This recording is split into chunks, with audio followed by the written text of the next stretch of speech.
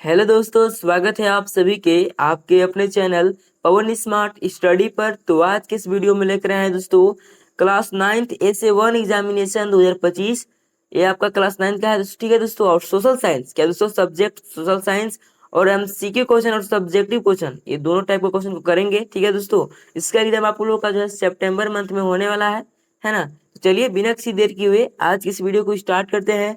उससे पहले दोस्तों, अगर आपको वीडियो पसंद लगेगी तो वीडियो को लाइक कर लीजिएगा। एंड दोस्तों, चैनल पर नए होंगे चैनल को सब्सक्राइब कर वीडियो को हाइप भी कर लीजिएगा और अपने दोस्तों के पास शेयर कर दीजिएगा। चलिए शुरू करते हैं। तो ये देख लीजिए दोस्तों, आप लोग का पहला क्वेश्चन क्या है, ध्यान देंगे।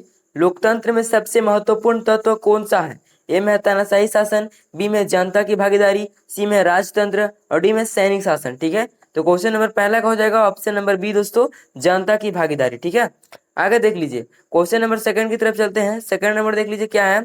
स्वतंत्रता, समानता और बंधुत्व का नारा किस क्रांति से जुड़ा है? ठीक है दोस्तों, स्वतंत्रता, समानता और बंधुत्व का नारा किस क्रांति से जुड़ा है? तो ये दोस्तों आपका फ्रांसीसी क्रांति, ऑप्शन नंबर सी हो जाएगा। दूसरा का दोस्तों ऑप्शन नंबर सी हो जाएगा, ठीक है दोस्तों। थ्री नंबर देख लीजिए क्या है। थ्री नंबर, भारत का अक्षांशीय विस्तार कितना है? तो देखिए दोस्तों, अक्षांशीय विस्तार जो है ये आपका 8 डिग्री 4 मिनट उत्तरी से 37 डिग्री 6 मिनट उत्तरी, दोस्तों ऑप्शन नंबर ए हो जाएगा। तीसरा का दोस्तों option number A is the correct answer. Question 4 है कि भारत का सबसे उत्तरी राज्य कौन सा है? तो ए में उत्तराखंड, बी में जम्मू कश्मीर, सी में हिमाचल प्रदेश और डी में अरुणाचल प्रदेश। देखिए दोस्तों, भारत के नक्शा देखे होंगे तो सबसे ऊपर कौन सा राज्य है? तो जम्मू कश्मीर है दोस्तों। तो ऑप्शन नंबर बी आपका करेक्ट आंसर हो जाएगा, ठीक है दोस्तों। आगे देख लीजिए, क्वेश्चन 5 क्या है। क्वेश्चन 5 है कि पालमपुर गांव की कहानी अध्याय मुख्य रूप से किस विषय से संबंधित है? ए में कृषि और ग्रामीण अर्थव्यवस्था, है ना। बी में देख लीजिए लोकतंत्र और राजनीति, सी में उद्योग और व्यापार और डी में शिक्षा और संस्कृति। तो इसका right answer option number A हो जाएगा दोस्तों, है ना, कृषि और ग्रामीण अर्थव्यवस्था दोस्तों, ठीक है, इससे संबंधित है। तो ऑप्शन नंबर आप लोग ए कीजिएगा, ठीक है। आगे बढ़ते हैं, अगला क्वेश्चन की तरफ चलते हैं। क्वेश्चन नंबर 6 क्या है, देख लीजिए। समाजवाद की शुरुआत किस विचारक से जोड़ी जाती है? ए में है कार्ल मार्क्स, बी में हिटलर, सी में है नेपोलियन और डी में है गांधी जी, ठीक है। तो क्वेश्चन नंबर 6 का हो जाएगा ऑप्शन नंबर ए हो जाएगा दोस्तों, कार्ल मार्क्स, ठीक है।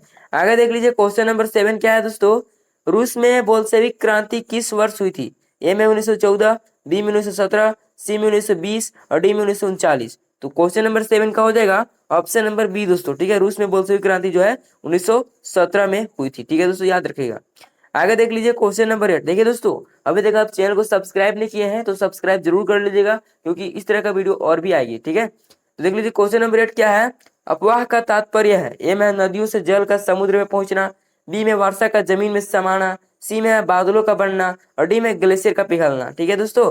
तो क्वेश्चन नंबर 8 का हो जाएगा ऑप्शन नंबर ए हो जाएगा, नदियों से जल का जो है ना समुद्र में पहुंचना। ऑप्शन नंबर ए करेंगे दोस्तों, यही आपका अफवाह का तात्पर्य है।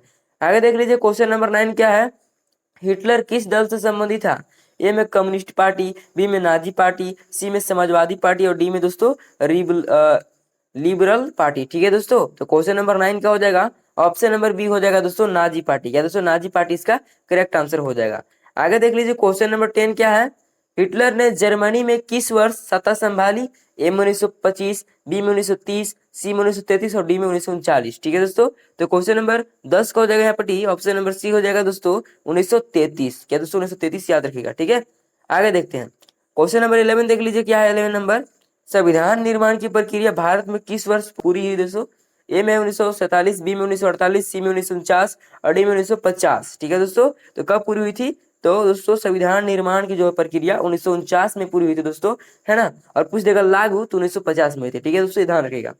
आगे बढ़ते हैं, क्वेश्चन नंबर 12 देख लीजिए क्या है। क्वेश्चन नंबर 12, भारत का संविधान कब लागू हुआ दोस्तों, है ना। देख लीजिए, पूछ दिया। ए में 15 अगस्त 1947 से गलत हो गया, 26 जनवरी 1950, फिर 26 नवंबर 1949 से गलत हो गया, फिर 2 अक्टूबर 1950 से भी गलत हो गया। देखिए दोस्तों, 26 जनवरी 1950 को जो है ना हमारा भारत का संविधान लागू किया गया था, ठीक है दोस्तों, इसे भी आप लोग ध्यान रखेंगे। आगे देख लीजिए क्वेश्चन नंबर 13 को देख लीजिए दोस्तों, क्या है कि लोकतंत्र में सरकार किसके प्रति जवाबदेह होती है?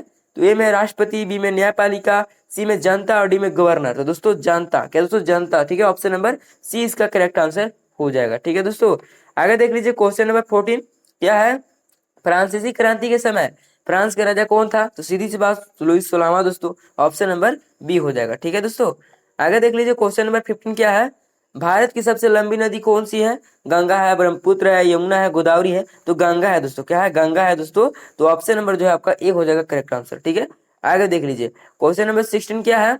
16 है दोस्तों कि पालमपुर गांव की कहानी में किसानों की मुख्य समस्या क्या थी? ए में उर्वरक की कमी, बी में जमीन की कमी, सी में वर्षा की कमी और डी में शिक्षा की कमी। ठीक है दोस्तों, तो क्वेश्चन नंबर 16 का जो हो जाएगा ऑप्शन नंबर बी हो जाएगा दोस्तों, जमीन की कमी। क्या दोस्तों? जमीन की कमी। तो ऑप्शन नंबर बी आप लोग करेक्ट करेंगे। ठीक है, आगे देख लीजिए 17 नंबर। क्या है 17 नंबर? देख लीजिए, रूसी क्रांति के बाद रूस का नाम क्या रखा गया दोस्तों? तो यूएसएसआर। क्या दोस्तों? यूएसएसआर, जो कि ऑप्शन नंबर बी में है। तो बी आपका करेक्ट आंसर हो जाएगा। ठीक है दोस्तों, 17 का ऑप्शन नंबर बी से आप लोग ध्यान रखिएगा, यूएसएसआर। ठीक है ना, आगे बढ़ते हैं क्वेश्चन नंबर 18। क्या है 18 नंबर में? अफवाह क्या मुख्य स्रोत कौन है? ए में वर्षा, बी में पवन, सी में सूर्य और डी में हिमालय। तो ठीक है दोस्तों, तो अफवाह का मुख्य स्रोत कौन सा है? क्वेश्चन नंबर 18 का आंसर आप लोग करेंगे। इसका आंसर आप लोग कमेंट में बताइए दोस्तों, है ना, क्या होगा? 19 नंबर देख लीजिए। क्या है? नाजीवाद की विचारधारा किस पर आधारित थी? तो दोस्तों ए में है समानता और बंधुत्व, बी में तानाशाही और जातीय श्रेष्ठता, है ना, और सी में है दोस्तों समाजवाद और लोकतंत्र, और डी में अहिंसा और सत्य। ठीक है दोस्तों, तो 19 का हो जाएगा ऑप्शन नंबर बी दोस्तों, तानाशाही और जातीय श्रेष्ठता। ठीक है दोस्तों, और देख लीजिए एमसीक्यू का लास्ट क्वेश्चन, है ना, ये दोस्तों आपका एमसीक्यू का अंतिम क्वेश्चन है। इसके बाद हम लोग सब्जेक्टिव क्वेश्चन को भी देखेंगे। देख लीजिए क्या है? भारत का संविधान बनाने वाली समिति के अध्यक्ष कौन थे? ए में जवाहरलाल नेहरू, नहीं दोस्तों, राजेंद्र प्रसाद। ठीक है, ये भी नहीं होगा। और देख लीजिए डॉक्टर भीमराव अम्बेडकर, ये आपका ऑप्शन नंबर सी हो जाएगा दोस्तों। ठीक है, ऑप्शन नंबर सी हो जाएगा करेक्ट आंसर, है ना, क्योंकि समिति का अध्यक्ष बोला है। ऐसे ही नॉर्मल पूछता तो यहाँ पर दोस्तों डॉक्टर राजेंद्र प्रसाद हो सकता था, लेकिन समिति का अध्यक्ष पूछ दिया, इसलिए भीमराव अम्बेडकर ही हो जाएंगे। ठीक है दोस्तों, तो ये हो गया आपका 20 एमसीक्यू क्वेश्चन कंप्लीट। तो बाद दोस्तों हम लोग जो है ना क्या देखेंगे? सब्जेक्टिव क्वेश्चन को देखेंगे। तो ये देख लीजिए दोस्तों, शॉर्ट आंसर वाला क्वेश्चन है। क्या है? देख लीजिए, मानव और नागरिक अधिकारों की घोषणा कब जारी जो है हुई? तो 26 अगस्त 1789। दूसरा है दोस्तों, रूसी क्रांति के दौरान अस्थायी सरकार का नेता कौन था? तो अलेक्जेंडर करेंसी दोस्तों। कौन था? Alexander currency. ठीक है, और तीसरा है दोस्तों, लोकतंत्र में समानता का क्या अर्थ है? तो सभी नागरिकों के समान अधिकार और अवसर होना। ठीक है दोस्तों, और क्वेश्चन 4 है, संविधान निर्माण में उद्देशिका क्या है? तो उत्तर है संविधान के आदर्शों और उद्देश्यों का संक्षिप्त वर्णन। ठीक है दोस्तों, और क्वेश्चन 5 है, भारत में सबसे अधिक जनसंख्या वाला राज्य कौन सा है? तो उत्तर प्रदेश है दोस्तों। ठीक है ना, तो ये हो गया आपका। आगे देख लीजिए दोस्तों लघु उत्तरीय प्रश्न को, है ना, जो कि 3 मार्क्स का आता है। क्या पहला क्वेश्चन देख लीजिए, फ्रांसीसी क्रांति के 2 सामाजिक कारण जो है उत्तर लिखिए। ठीक है दोस्तों, 2 सामाजिक कारण को लिखना है। तो पहला है समाज में सामंती विशेषाधिकार, है ना। दूसरा है दोस्तों पादरियों और अमीरों को कर से छूट, है ना दोस्तों। तो ये जो है सामाजिक कारण है ना, इसको लिख लीजिएगा। आगे देख लीजिए क्वेश्चन सेकंड। क्या है क्वेश्चन सेकंड? कि अक्टूबर रूसी क्रांति का एक महत्वपूर्ण परिणाम लिखिए। तो उत्तर देख लीजिए, बोल्शेविक का नेतृत्व में साम्यवादी सरकार की स्थापना। दोस्तों तो ये आपका आंसर हो गया, है ना, इसको आप लोग देख लेंगे। इसके बाद देख लीजिए दोस्तों, इसके बाद क्या है आप लोगों का क्वेश्चन नंबर 3। क्या है कि भारत में चुनाव आयोग की 2 मुख्य भूमिका लिखिए। तो उत्तर देख लीजिए, पहला है चुनावों का संचालन, और दूसरा है दोस्तों, क्या है दूसरा? आधार संहिता लागू करना। ठीक है दोस्तों, तो इसको आप लोग लिख लेंगे। और देख लीजिए क्वेश्चन नंबर 4 को। क्या है क्वेश्चन नंबर 4? मानव पूंजी निर्माण में शिक्षा की भूमिका लिखिए। ठीक है दोस्तों, तो उत्तर को देख लीजिए, शिक्षा व्यक्ति की कौशल और क्षमता बढ़ाती है, जिससे उत्पादन और आय में वृद्धि होती है ना दोस्तों। ये हो गया आपका। और क्वेश्चन 5 है, भारत के भौतिक स्वरूप में तटीय मैदान की विशेषता लिखिए। तो उत्तर है दोस्तों, यहाँ की भूमि उपजाऊ होती है और मत्स्य पालन और व्यापार के लिए उपयुक्त है दोस्तों। ठीक है, तो आगे देख लीजिए दोस्तों, आपका दीर्घ उत्तरीय प्रश्न जो कि 5 मार्क्स के एक तरह से है ना, उसको देख लीजिए दोस्तों। क्या है पहला क्वेश्चन? फ्रांसीसी क्रांति के राजनीतिक, सामाजिक और आर्थिक कारणों का वर्णन कीजिए। ठीक है दोस्तों, तो इसका उत्तर देख लीजिए दोस्तों, राजनीतिक कारणों में राजा का निरंकुश शासन और संसद की अनुपस्थिति थी। सामाजिक कारणों में 3 वर्ग के बीच असमानता, समानती, है ना, समती, विशेषाधिकार और पादरियों की शक्ति शामिल थी। आर्थिक कारणों में भारी कर, महंगाई और क्या दोस्तों, अगर से जो है ना जनता परेशान थी। ठीक है, इन सब ने मिलकर 1789 की क्रांति को जन्म दिया। ठीक है दोस्तों, तो ये हो गया आपका क्वेश्चन नंबर पहला। आगे देख लीजिए क्वेश्चन नंबर दूसरा क्या है दोस्तों, रूसी क्रांति का अंतरराष्ट्रीय प्रभाव समझाइए। तो उत्तर देख लीजिए, रूसी क्रांति ने दुनिया में समाजवाद के प्रसार को बढ़ावा दिया। कई देशों में श्रमिक आंदोलनों को प्रेरणा मिली, है ना। उपनिवेशवाद विरोधी आंदोलन भी जो है ना क्रांति के विधारों का प्रभाव पड़ा। ठीक है दोस्तों, ये हो गया आपका। आगे देख लीजिए, आप पूंजीवाद के विकल्प के रूप में समाजवाद की स्थापना का उदाहरण बना। ठीक है दोस्तों, ये हो गया आपका।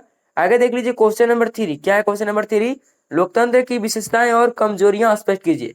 तो उत्तर देख लीजिए दोस्तों, विशेषताओं में जनता की भागीदारी, मौलिक अधिकारों की रक्षा और कानून का सम्मान, अनुपालन शामिल है ना। कमजोरियों में निर्णय लेने की धीमी प्रक्रिया, भ्रष्टाचार और चुनावी धन बल का प्रभाव प्रमुख है। ठीक है दोस्तों, तो ये हो गया आपका। आगे देख लीजिए क्वेश्चन नंबर 4 और 5, ये आपका लास्ट क्वेश्चन 2 है दोस्तों। चलिए इसको देख लेते हैं फटाफट से। क्या है कि संविधान निर्माण में डॉक्टर भीमराव अंबेडकर का योगदान लिखिए। ठीक है दोस्तों, देख लीजिए आगे क्वेश्चन जो हम लोग ऑब्जेक्टिव में किए थे। उत्तर है दोस्तों, डॉक्टर अंबेडकर संविधान मसौदा समिति के जो है ना अध्यक्ष थे। उन्होंने मौलिक अधिकार, सामाजिक न्याय, समानता और कमजोरियों वर्गों के जो है ना क्या है दोस्तों संरक्षण के लिए प्रावधान जोड़े। उनकी दृष्टि से संविधान लोकतांत्रिक, धर्मनिरपेक्ष और समावेशी बना। ठीक है दोस्तों, ये हो गया आपका। और क्वेश्चन नंबर 5 देख लीजिए, क्या है, भारत के जल संसाधनों और अफवाह तंत्र का वर्णन कीजिए। तो उत्तर है, भारत में नदियां 3 प्रकार की है, हिमालयी, प्रायद्वीपीय और तटीय। ठीक है दोस्तों, जिसमें गंगा, ब्रह्मपुत्र, गोदावरी, नर्मदा और कावेरी जो है प्रमुख नदियां हैं। हिमालयी नदियां बारहमासी होती है, जबकि प्रायद्वीपीय नदियां वर्षा पर निर्भर रहती है। ठीक है, अफवाह तंत्र भारत की जो है कृषि, पेयजल और बिजली उत्पादन में महत्वपूर्ण भूमिका निभाती है। ठीक है दोस्तों, निभाता है। तो ये हो गया दोस्तों आपका ऑब्जेक्टिव। क्या दोस्तों, ऑब्जेक्टिव और सब्जेक्टिव क्वेश्चन कंप्लीट है ना दोस्तों।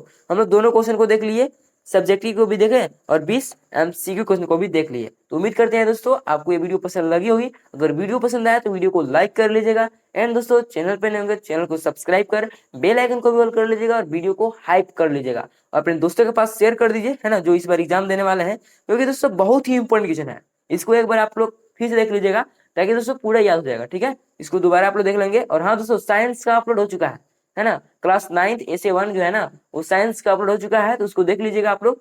बाकी दोस्तों चलिए आज के लिए इतना ही, मिलने किसी नेक्स्ट वीडियो के साथ, तब तक के लिए जय हिंद, जय भारत।